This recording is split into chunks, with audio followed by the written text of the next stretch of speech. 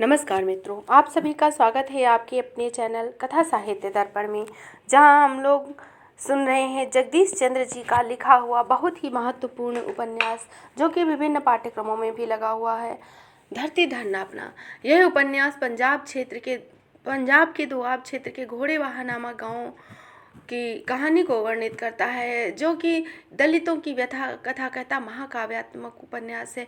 इस उपन्यास के मुख्य केंद्र हैं काली नामक एक दलित युवक, जो कि बचपन में ही गांव से भाग जाता है और 10 साल बाद वह गांव में लौटता है। गांव में काली का बड़ा मान सम्मान होता है। चौधरियों में भी काली को थोड़ा पढ़ा लिखा समझकर मान सम्मान किया जाता है। वैसे तो उस गाँव में दलितों की स्थिति बहुत खराब है, पर कोई भी किसी भी लड़की को छेड़ देता है। कोई भी चौधरी किसी भी चमार को बुलाकर काम करा लेता है, गालियाँ देता है और उसको बेगार के लिए भी अपने घर में रखता है। औरतों को भी चौधरियों के यहाँ काम करने जाना पड़ता है। चौधरी और साहूकारों का गांव में बोलबाला है। और इसके पहले के भागों में हमने काफ़ी कुछ देख लिया है। आगे के भाग में हम देखेंगे कि काली और उसके गांव की ही उसकी बिरादरी की चमार लड़की ज्ञानू के साथ प्रेम प्रसंग होता है। वह प्रेम प्रसंग काफ़ी चर्चा में रहता है और बरसात और बाढ़ के बाद काली और ज्ञानू का प्रेम ही बाढ़ की तरह पूरे गांव में फैला रहता है। बहुत ही चर्चा होती है इस बात की। और जो मंगू होता है ज्ञानू का भाई, वह काली को बिल्कुल भी पसंद नहीं करता है। काली की और उसकी लड़ाई भी हो चुकी है और काली की चाची होती हैं जिनके लिए वह गांव में आता है, वह भी धीरे धीरे मृत्यु को प्राप्त हो जाती हैं। बाद में काली अपने घर में बहुत कम रहता है और लालू पहलवान के यहाँ काम करता है, उनके खेतों पर ही रहता है। और ज्ञानू और काली मिलजुल कर बहुत ही मिलते हैं, जिससे सारे गांव में चर्चा होती है। और इसकी शिकायत कुछ लड़के मंगू से भी करते हैं, जिसके बदले मंगू ज्ञानू को बहुत ही मारता है। उसकी माँ भी उसको गालियाँ देती है। तब लोग उसको समझाते हैं कि इस तरह की बातें पर्दे के अंदर करना ही सही रहता है। फिर धीरे धीरे मामला शांत हो जाता है। ज्ञानू के ऊपर बहुत सख्त पहरा लगाया जाता है, जहाँ भी जाती माँ उसके साथ जाती। पर धीरे धीरे महीने 2 महीने बाद लोग ये बात भूलने लगे। पर जब भी ज्ञानू और काली को मौका मिलता है, वे लोग मिल जाते। प्रीतो, जो कि काली के चमार बिरादरी की महिला है और ज्ञानू की माँ है, वह ज्ञानू की मंगनी करने के लिए बहुत उतावली है। जब इस बात को सुनती है प्रीतो, तो वह काली की प्रेमिका ज्ञानू के लिए रिश्ता लेकर उसकी माँ के पास जाती है और बताती है कि उसकी शादी अब जल्द से जल्द कर देना चाहिए। तब जस्सो कहती है कि मैं तो चाहती हूँ कि कोई अच्छा लड़का मिल जाए और मैं शादी कर दूँ। तो प्रीतो बताती है, तो उसकी माँ के पूछने पर पता चलता है कि लड़का आँख से काना है और काफ़ी उम्र में बड़ा है, तो वह मना कर देती है। और जिससे गुस्सा होकर प्रीतो भी वहाँ से चली जाती है और काफ़ी कुछ उसको सुना भी देती है। जब उसकी माँ उम्र को पूछती है तो वह कहती है कि 2 ही 4 साल बड़ा होगा। इतना बड़ा हो गया और उसकी शादी नहीं हुई, तो वह कहती है कि इसका रंग ढंग ठीक नहीं है। पर प्रीतो कहती है कि ऐसी लड़की के लिए ऐसा ही लड़का चाहिए। तब जस्सो को बहुत गुस्सा आता है और दोनों में कहा सुनी भी हो जाती है। और प्रीतो कहती है, तेरी लड़की भी तो कोई सच्चा मोती नहीं है, खोटे माल के लिए काना लूड़ा लंगड़ा ही मिलेगा। मोहल्ले की दूसरी औरतों ने भी कुछ लड़के बताए, पर किसी के मुंह में चेचक का दाग तो कोई टाइफाइड का मारा हुआ था। ज्ञानू परेशान हो उठती और उसकी माँ भी उसको बुरा भला कहती। एक दिन वह घर में अकेली बैठी थी कि प्रसन्नी आ गई। प्रसन्नी ने जस्सो से कहा, मैं तेरे साथ एक बात करने आई हूँ। जस्सो डरी सी उसका मुंह ताकने लगी। जस्सो ने अपने चेहरे पर एक बार इत्मीनान का भाव उसको दिखाया और बोली, पड़ोरी वाली मौसी का मेरे लड़का है, उम्र होगी 20 साल, अंग रंग सब ठीक है। साल में 6 महीने हमीरे की गन्ना मिल में काम करता है, 6 महीने गांव की मेहनत मजदूरी। 6 भाई बहन है, सबसे बड़ा है। कहो तो ज्ञानों के बारे में बात करो। जसो सोच में पड़ गई। प्रसन्नी उसके मन की बात वहाँ गई। लड़के का अंग रंग सब ठीक है, मुझ पर यकीन नहीं तो खुद जाकर दिखाओ। मैं तो पिछले साल मौसी के घर महीने भर रहकर आई हूँ। यह काम हो जाएगी तो ज्ञानो सुख होगी। कच्ची उम्र में कौन गलतियाँ नहीं करता है। यह बातें तो वही कहें जो खुद न ऐसी हो और अपनी औलादों की करतूतें नहीं देखती। जस्सो पर फिर उदासी छाने लगी तो प्रसन्नी ने बात पलट दी। वह लड़के के माँ बाप के बारे में विस्तार से बताने लगी। मेरे ताए की लड़की का रिश्ता तू मंगू के लिए ले ले और मैं जस्सो से उसने कहा कि मैं ज्ञानो की शादी करा दूंगी। जस्सो उसकी ओर देखते हुए चिंतित स्वर में बोली, ये तो अट्टा बट्टा हो गया। जस्सो, अट्टा बट्टा कैसे हो गया? ज्ञानो मेरी मौसी के घर जाएगी और मेरे ताए की लड़की तेरे घर आए, प्रसन्नी ने समझाया। अच्छा, तेरे ताए की लड़की है, मैं तो समझी थी मामे की लड़की। चाची, मैं इस मोहल्ले को अच्छी तरह जानती हूँ, तू चिंता मत कर। तू आजकल में ही पड़ेरी चली जा, उधर बात पक्की कर ज्ञानों का शगुन ले जा और अपने मैके जाकर मंगू के लिए शगुन ले आ।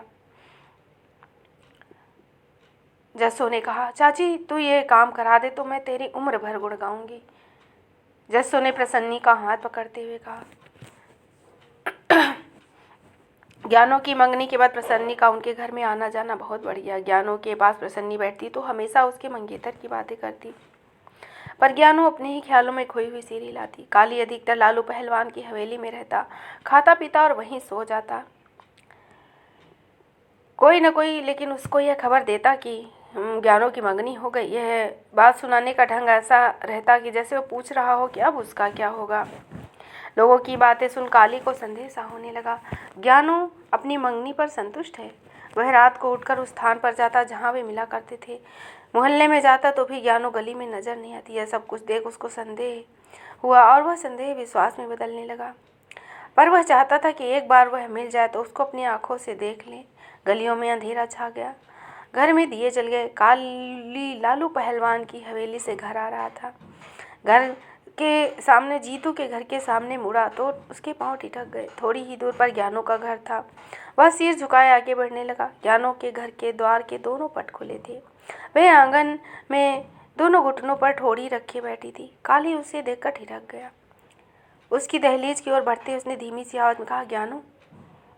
वह चुपचाप गुमसुम बैठी रही। एक कदम आगे बढ़कर उसने फिर आवाज दी। ज्ञानू चौंक उठी और देखा और एकदम उठकर खड़ी हुई और तेजी से उसके पास आ गई। उसकी आंखें फैलकर बड़ी हो गई, होठ कपकपा रहे थे। काली कुछ क्षण खड़ा ताकता रहा, फिर लंबी सांस छोड़ता हुआ सिर झुकाए गली में मुड़ गया। ज्ञानू ने आगे बढ़कर उसका हाथ पकड़ लिया। वे अभी कुछ बोल भी ना पाए थे कि ताई निहाली आ गई और काली को यहाँ खड़ा देख उसने तीखे स्वर में पूछा, तू यहाँ क्या कर रहा है? फिर वह जस्सो को आवाज़ देती हुई ऊंचे स्वर में बोली, जस्सो, रंडी का भी कोई ठिकाना नहीं है। पहले लड़की को मुस्टंडी बनाया, ऊपर से अकेला छोड़कर चली जाती है। ताई निहाली की आवाज़ सुनते ही मोहल्ले के कई लोग आ गए। काली का तन और मन कांपने लगा। वह जहाँ खड़ा था वहीं खड़ा रहा। ज्ञानू उसका हाथ छोड़ पीछे हट गई। जस्सो ने आते ही काली को धुहत्थड़ मारा और गालियाँ देने लगी। काली चुपचाप खड़ा था। मंगू ने काली की गर्दन दबोची और उसे जोर जोर से मारने लगा। यह देख ज्ञानू तड़प उठी और उसको छुड़ाने की कोशिश करने लगी। मंगू की देखा देखी जीतू, बसंतू और संतू आगे बढ़ काली को मारने लगे तो काली को जोश आ गया। उसने बंतू की कलाई मोड़ दी, जीतू की कनपटी पर मुक्का मारा और संतू को धक्का दे दिया, पर मंगू की मार वह चुपचाप खाता रहा। ताए बसंते ने मंगू को मना किया और काली के बालों को झंझोड़ता हुआ बोला, कुत्ते की पुत्रा, तू यहाँ क्या लेने आया था? काली ने कोई उत्तर नहीं दिया। ताए बसंते ने उसे खूब झंझोड़ा, मुंह पर 2-3 थप्पड़ मारे। स्त्रियां गली में खड़ी काली को भांति भांति की गालियां दे रही थी। बाबा फत्तू आ गया। ताया बसंता पीछे हटता बोला, चाचा, माखे का पुत्रा तो अनर्थ कर रहा है, न शर्म न हया। देखो अंधेर है। बाबा फत्तू ने सबको चुप रहने का संकेत किया। बहुत संयम से काली से पूछा, किस लिए आया है? क्या मंगू से कोई काम था? काली ने इनकार में सिर हिला दिया। कुछ मांगने आया था? नहीं। क्या चोरी करने आया था? नहीं। तो फिर यहाँ क्या अपनी माँ? ताए बसंते के क्रोध में मुंह से कुछ शब्द निकले। बाबा फत्तू ने उसे खामोश करते हुए कहा, क्या बदमाशी करने आया था? नहीं। तो फिर आप ही बता दें किस लिए आया था? काली का उत्तर सुनने के लिए लोगों की सांसें रुक गई। वे आगे बढ़कर एक दूसरे को फंसा कर खड़े हो गए। काली ने कोई उत्तर नहीं दिया। वह समझाता हुआ बोला, देखो, जिस समय तुम मंगू घर में ना हो, ज्ञानू अकेली बैठी हो, तुम मत आना। बाबा फत्ते ने कई प्रश्न किए। काली ने धीमे स्वर में कहा, पहले ज्ञानू से पूछो, उससे भी पूछ लेते हैं। बाबा फत्तू ने पुचकारा और ज्ञानू से पूछा, तू कह दे कि ये तेरा भाई है तो काली से ज्ञानू ने कहा कि मैं नहीं बोलूँगी। ज्ञानू चुप रही। तो जस्सू ने चीख कर कहा, सिर मुन्निए, बोलती क्यों नहीं? ज्ञानू ने सब पर नजर डाली। काली की ओर संकेत करती हुई धीमे से बोली, अगर वह अपनी छाती पर हाथ रखकर कह दे कि वह मुझे अपनी बहन समझते हैं तो मैं मान लूँगी। काली ने चौंक कर ज्ञानू की ओर देखा और उसने ताया बसंते की गिरफ्त से अपना हाथ छुड़ाते दृढ़ स्वर में कहा, मैं नहीं कहूँगा। लोग एक बार फिर शोर मचाने लगे। काली हुजूम को चीरता हुआ तेजी से आगे बढ़ गया। अगले ही दिन लालू पहलवान ने काली को काम और हवेली दोनों से निकाल दिया। 3 दिन बाद प्रसन्नी ने ज्ञानू और मंगू दोनों की मंगनियां तोड़ दी। मंगू, जस्सो और मोहल्ले के लोग ज्ञानू पर कड़ी निगरानी रखने लगे। आहिस्ता आहिस्ता रात को ज्ञानू खटिया पर लेटती तो उसके हाथ पैर बांध दिए जाते। आहिस्ता आहिस्ता ताज़ा घटना की चर्चा कम होने लगी। लोगों के अंदर ज्ञानू और काली के प्रति घृणा हो गई। कुछ दिन गुजर गए तो जस्सो ने ज्ञानू की मंगनी नए सिरे से आरंभ कर दी। वह प्रीतो के उस घर के उसी रिश्तेदार का लड़का मांगने गई जो कान्हा था। प्रीतो ने उसे ठुकरा दिया। वह नाक सिकोड़ती बोली, अनजाने में तो कोई मक्खी भी निकल ले, लेकिन आंखों देखकर कौन निकलेगा? जो लड़की आज कुड़माई छोड़ सकती है वह कल शादी भी तोड़ सकती है। प्रीतो को जली कड़ी सुनाकर जस्सो घर लौट आई और उसने ज्ञानू को बहुत पीटा। स्वयं भी खूब रोई और वह अब केवल एक वर चाहती थी। वह ये नहीं चाहती थी कि काना है, लंगड़ा है, लूला है, जैसा भी है, बस वह ज्ञानू की किसी भी तरह शादी कर देना चाहती थी। जैसो उसके बारे में बातचीत चला ही रही थी कि एक दिन चौधरी मुंशी की पत्नी ने उसको बुलावा भेजा। चौधरानी ने उसे एक ओर ले जाकर गोपनीय स्वर में पूछा, नी जस्सो, तेरी लड़की का कहीं पाँव तो भारी नहीं है? यह सुन जस्सो के पैर की तो मिट्टी ही खिसक गई। उसने पूछा, क्यों चौधरानी, ऐसी बात क्यों कह रही हो? जस्सो का मुंह खुला का खुला रह गया। कल वह काम करने आई थी तो इस तरह उल्टियाँ करने लगी जैसे लड़कियां पहली बार गर्भवती होने पर करती हैं। मैंने पूछा तो कहने लगी कि जरा जी खराब है और पेट में गड़बड़ की वजह से उसे कई बार उल्टी आ जाती है। मुझे शक है, तुम जरा पता करना। चौधरानी समझाती हुई बोली, लड़की पराया धन होती है। अगर मेरा शक ठीक निकला तो बहुत बुरी बात है, सारी उम्र के लिए लड़की दागी हो जाएगी। चौधरानी ज़्यादा पूछताछ करने लगी तो वह उसे टालकर वापस आ गई। क्रोध और भय से उसका सारा शरीर कांप रहा था। गिरती पड़ती वह अपने घर पहुंची और सिर पकड़कर बैठ गई। वह ज्ञानों को घर के कामकाज करते हुए बहुत ध्यान से देखती। उसे समझ में नहीं आ रहा था कि इस बारे में ज्ञानों से किस तरह पूछे।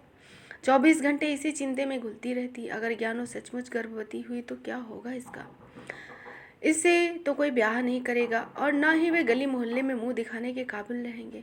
मंगू को भी कोई अपनी लड़की नहीं देगा। रात को ज्ञानू सो गई तो जस्सू ने उठकर उसकी पायती पर आकर बैठी और उसका पेट टटोलना शुरू कर दिया। ज्ञानू की आंख खुल गई। उसने हड़बड़ा कर पूछा, क्या है बेटा?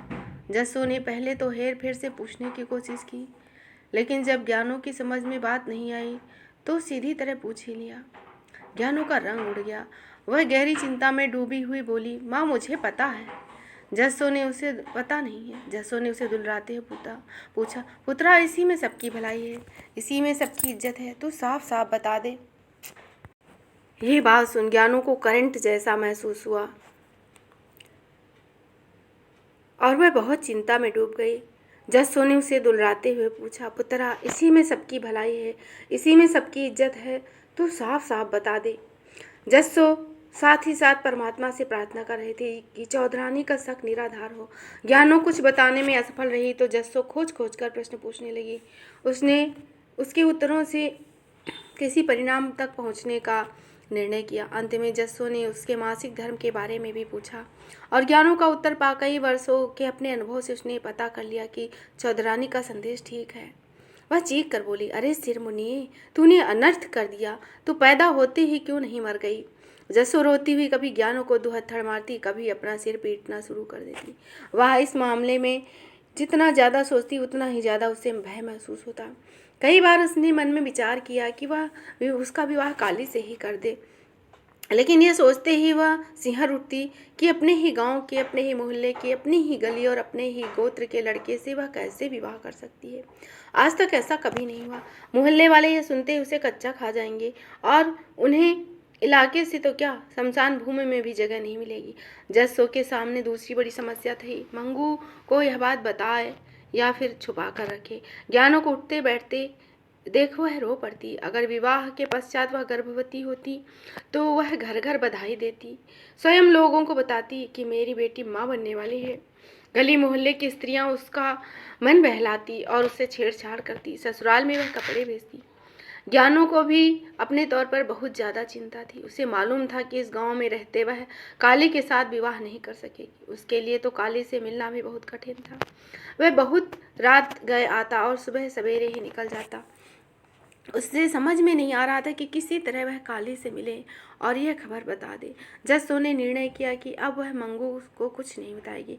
उसे चौधरानी ने फिर बुलाया और वह उससे कहे कि उसका संदेह निराधार है, परंतु यह कहते हुए उसकी जबान कांप गई और चौधरानी का संदेह भी पक्का हो गया। उसे चमादड़ी की अन्य स्त्रियों से भी वह बात कह दी। उनकी भी जिज्ञासा जाग उठी और वे ज्ञानों को आते जाते बहुत ध्यान से देखने लगे। ज्ञानों को गर्म चीज़ों का काढ़ा पिलाना शुरू कर दिया, जो पशुओं को सर्दी लगने पर दिया जाता था। ज्ञानों कड़वा और कसैला काढ़ा भी चाव से पीती। जस्सो ने उसे सख्त हिदायत दी कि वह घर से बाहर न निकले और किसी के सामने पेशाब ना करे। वह जितनी बार पेशाब जाती, जस्सो ध्यान से उसका निरीक्षण करती और उसमें रक्त की अमेजस न पाकर निराश हो जाती। 3 दिन तक काढ़ा पिलाने के बाद ज्ञानों का पेट खराब हो गया और उसे दस्त आने लगे। जस्सो की निराशा आशा में बदल गई। ज्ञानों को कई बार रात को जाना पड़ता। जस्सो 2-4 बार तो साथ गई, लेकिन बाद में ज्ञानों अकेले ही जाने लगी। ज्ञानों रात में खेतों से वापस आ रही थी कि काली के घर में उसे रोशनी दिखाई दी। वे बेझिझक उसके द्वार की ओर बढ़ गई। पहले ही दस्तक पर काली ने द्वार खोल दिया। ज्ञानों को बहुत कमजोर, परेशान और हताश देख काली का कलेजा धक्क से रह गया। उसका उड़ा हुआ यौवन और रंग रूप देख ज्ञानों को भी बहुत दुख पहुंचा। काली उसके निकट आया और कुछ समय तक दोनों खामोश बैठे रहे। पहले वे मिलते तो अपने सब दुख दर्द भूलकर खुशी में डूब जाते, लेकिन आज दोनों का दुख पहले से बहुत ज़्यादा था। ज्ञानों नजरें झुकाए बैठी थी। काली ने साहस कर उसका चेहरा ऊपर उठाया। उसकी आंखों में छलक रहे आंसू गालों पर बहने लगे। वह काली से लिपट गई और सिसकियों के बीच बोली, मुझे यहाँ से ले चलो, बात बहुत बिगड़ गई है। ज्ञानों ने काली को अपने गर्भ के बारे में बताया तो उसकी आंखें फैल गई। वह भय से कांपने लगा। धीरे धीरे उसे अपने आप पर काबू किया और अपनी आवाज़ को सशक्त बनाने का प्रयास करता हुआ बोला, मैं 1-2 दिन में कुछ ना कुछ करूँगा। काली सोच में पड़ गया और फिर ज्ञानों का सिर सहलाता हुआ बोला, तू ईसाई बनने को तैयार है? तेरे साथ तू जो कहेगा बन जाऊंगा, लेकिन मुझे यहाँ से निकाल। अच्छा, मैं कल बताऊंगा। तू मुझे पहरा शुरू होने के समय तकिए के परे मिलना, मैं तुम्हारा वहीं इंतजार करूंगा। काली सुबह उठते ही पादरी के पास गया। वह हमेशा की तरह उसे प्रसन्न चित्त होकर मिला और इधर उधर की बात करने के बाद उस काली के उदास स्वर को उसने देख कहा, यह गांव बहुत खराब है। यहाँ के लोग के ख्यालात बहुत गंदे हैं, अच्छे भले आदमी में कीड़े निकालते हैं। यीशु मसीह इन पर रहम करे। काली पादरी की मुख से सांत्वना के शब्द सुन धीमे से अपने मन की बात बताने लगा। पादरी की सहानुभूति उसके साथ बराबर थी। काली ने जब ईसाई धर्म ग्रहण करने की इच्छा प्रकट की तो पादरी का चेहरा खिल उठा। वह प्रसन्न हो गया। मुझे यकीन था एक न एक दिन तेरे अंदर यीशु मसीह का प्यार जरूर जागेगा। मैं अकेला ही ईसाई नहीं बनूंगा, मेरे साथ ज्ञानों भी ईसाई बनेगी, काली ने बताया। उसकी माँ और भाई भी? पादरी ने उत्सुकता से पूछा। वे नहीं बनेंगे। ईसाई बनने के बाद मैं और ज्ञानों शादी करेंगे। ईसाई धर्म में ऐसी शादी की मनाही तो नहीं? नहीं, मनाही तो नहीं है, लेकिन ज्ञानों की उम्र छोटी है, वे नाबालिग है। अपने माँ बाप की इजाज़त के बिना वह धर्म नहीं बदल सकती, पादरी ने समझाया। यह सुन काली उदास हो गया। उसने घुटनों की ओर झुकते हुए याचना भरे स्वर में कहा, पादरी जी, हमारी मदद करो, हमें कोई रास्ता बताओ। उसे लेकर मैं घर से भाग जाना चाहता हूँ, लेकिन भागकर कहाँ जाएं? काली की आंखों में आंसू छलछलाने लगे। पादरी ने उसके सिर पर हाथ रख दिया और फिर सिर सहलाते हुए कहा, मैं इस मामले में तुम्हारी कोई मदद नहीं कर सकता, तुम्हारे लिए सिर्फ दुआ ही कर सकता हूँ। काली पादरी के घर से सीधा टंडा उड़मुंड चला गया।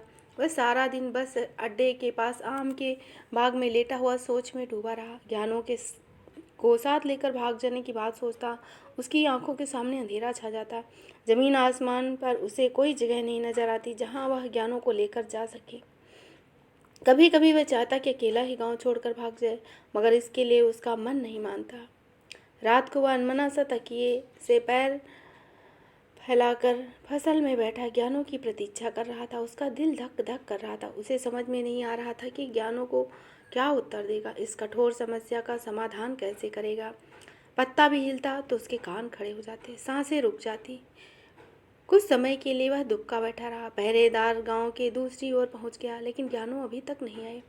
वह फसल के बाहर आ गया, दबे पांव गांव की ओर चलने लगा। ज्ञानू के द्वार के सामने कुछ क्षण के लिए रुका, वहां बिल्कुल खामोशी पाकर आगे बढ़ गया।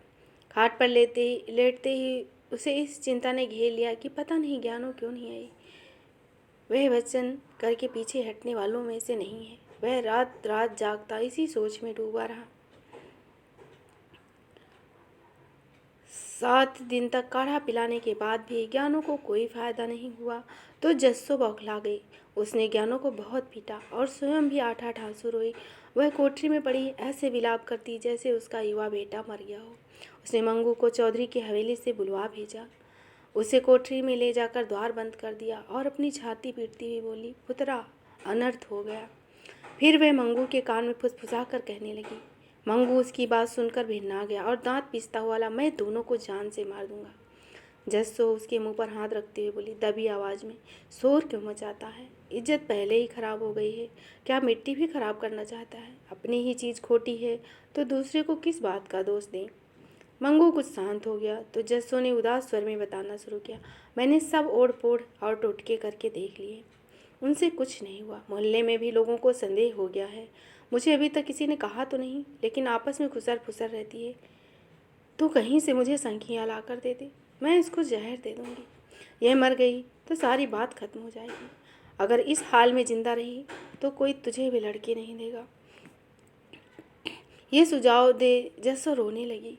मंगू सोच में पड़ गया, फिर वह उठकर चला गया। 3 दिन के बाद मंगू ने अपनी माँ को संखिया की डलिया ला कर दे दी। जस्सो उस पुड़िया को हाथ में पकड़े बहुत देर तक बैठी रोती रही।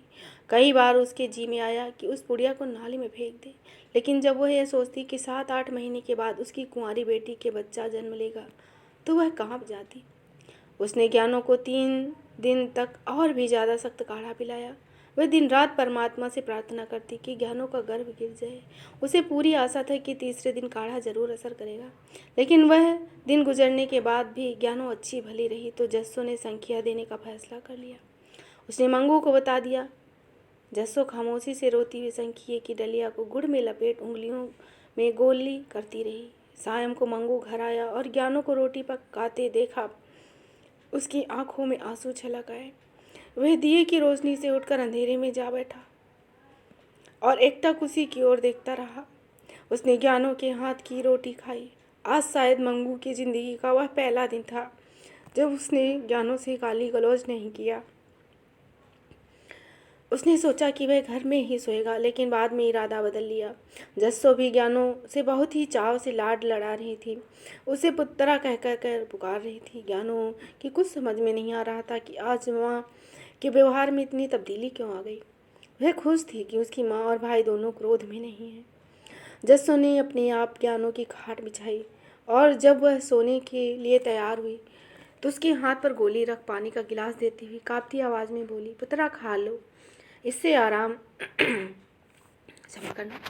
जस्सो आगे कुछ कह न सकी और बाहर जाकर मुंह में पल्लू लेकर रोने लगी। ज्ञानों ने चुपचाप गोली खा ली। कुछ समय तक आराम से लेटी रही। फिर उसे महसूस हुआ जैसे उसके पेट में कोई तेज चीज़ काट रही हो।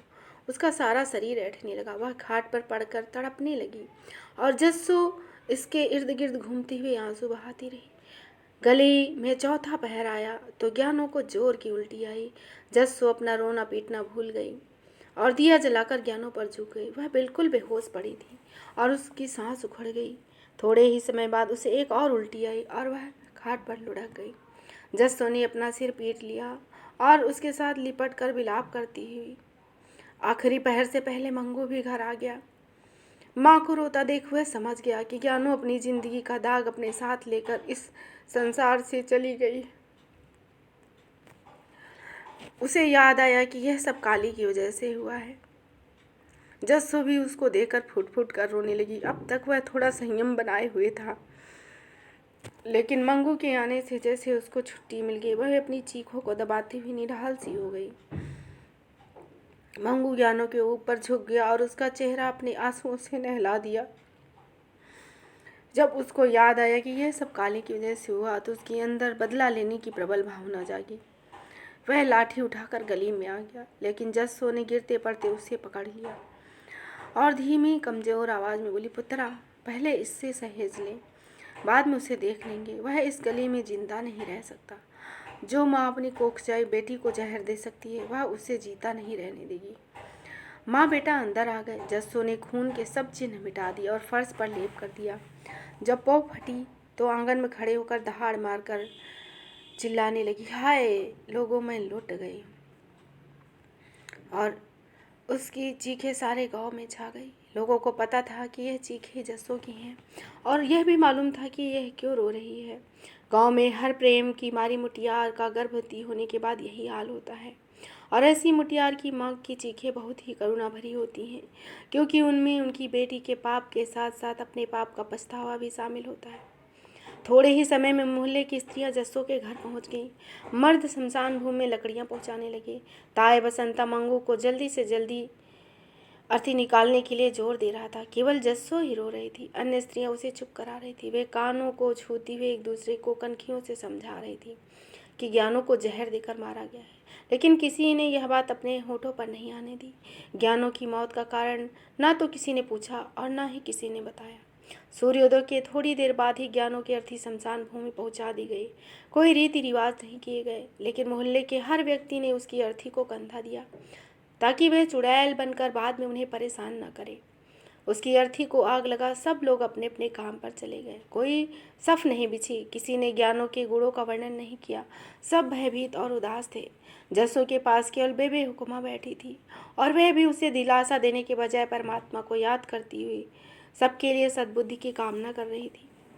काली के घर पर ताला पड़ा था। जस्सो की पहली चीख सुनने के बाद लोगों ने काली को नहीं देखा, न घर में, न गली में, न खेतों में।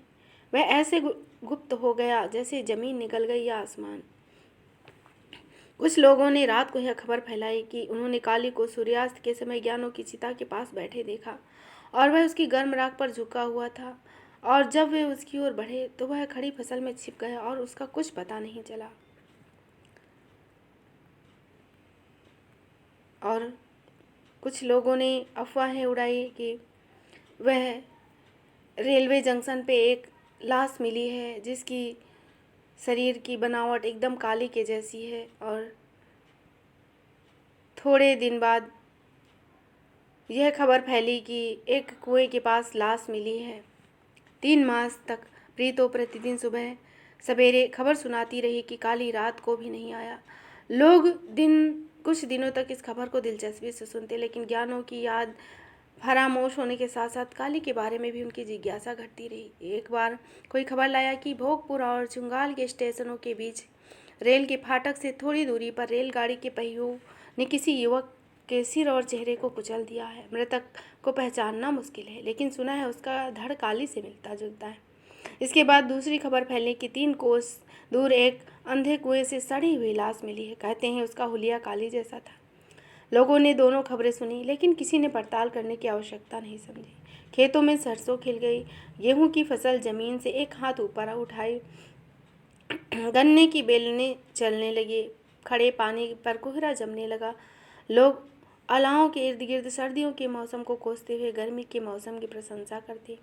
मंगू की भैंस रात को सर्दी में ठिठुरती थी। एक दिन आकाश पर बादल छा गए और हल्की बूंदाबांदी होने लगी। मंगू हाथ में लाठी पकड़े काली की ड्योढ़ी के सामने आ खड़ा हुआ। उसने आगे बढ़ ताले को हिलाया। उसमें जंग लग गया। उसने गाली देते हुए लाठी के सुम से ताला तोड़ दिया और सांकल खोल भैंस का रस्सा कोने में पड़ी चक्की के हत्थे से बांध दरवाज़ा फिर बंद कर दिया। यह था इस उपन्यास का अंतिम भाग। इसके साथ ही यह उपन्यास समाप्त होता है। यह भाग अत्यंत ही मार्मिक और करुणापूर्ण था और विभिन्न पाठ्यक्रमों में लगा है। यह बहुत ही महत्वपूर्ण उपन्यास है। तो आप लोगों से विनम्र निवेदन है कि आप लोग इसे अवश्य सुनें, अपने मित्रों में शेयर करें और चैनल को सब्सक्राइब करें और इसी तरह की महत्वपूर्ण जानकारियों के लिए आप कमेंट के माध्यम से अपने सुझाव भी देते रहें, जिससे कि जो भी आपका सुझाव हो उस तरह से हम आगे की प्रस्तुति लाएं। तो पुनः इसी तरह किसी महत्वपूर्ण तथ्य के साथ आपसे भेंट होगी। तब तक के लिए धन्यवाद। जय हिंद, जय हिंदी।